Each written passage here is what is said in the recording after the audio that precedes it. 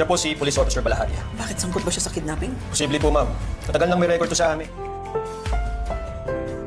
Ang susunod na programa ay rated PG. Ito ay nangangailangan ng patnubay at gabay ng magulang para sa mga batang manonood.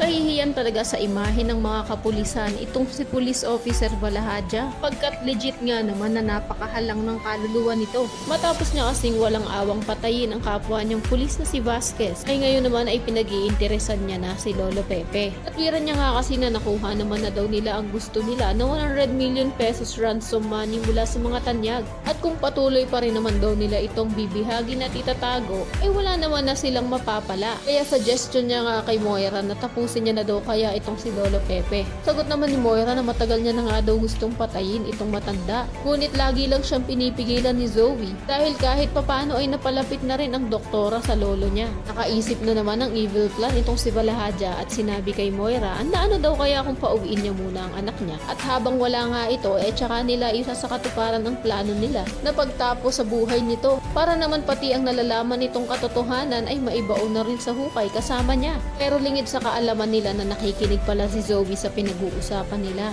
At hindi siya makapaniwala na tamang-tama nga naman talaga ang mga sinabi ni Carlos sa kanya na isang kriminal na talaga itong si Moira.